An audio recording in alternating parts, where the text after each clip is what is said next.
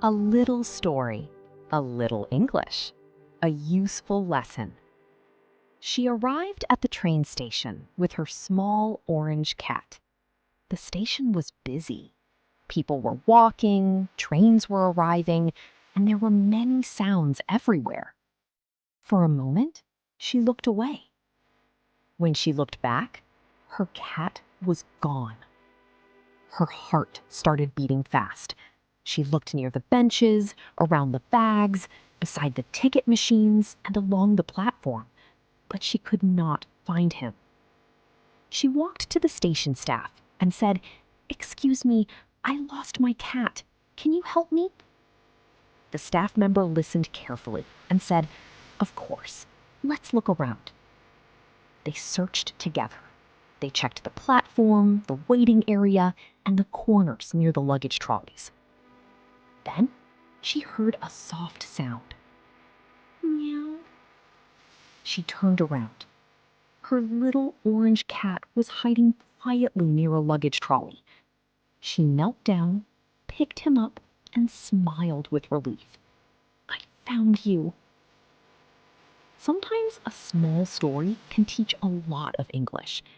Through stories, you learn words with emotion, pictures, and real situations. That makes vocabulary easier to remember and easier to use in daily life. Useful words from today's story: train station, platform, ticket machine, luggage trolley, information desk, lost, search, found, worried, relieved. Useful sentences for English learners. Excuse me, can you help me? I lost my cat. Have you seen him? Let's look around. I found him. Thank you very much. How to learn English through stories. Read the story slowly.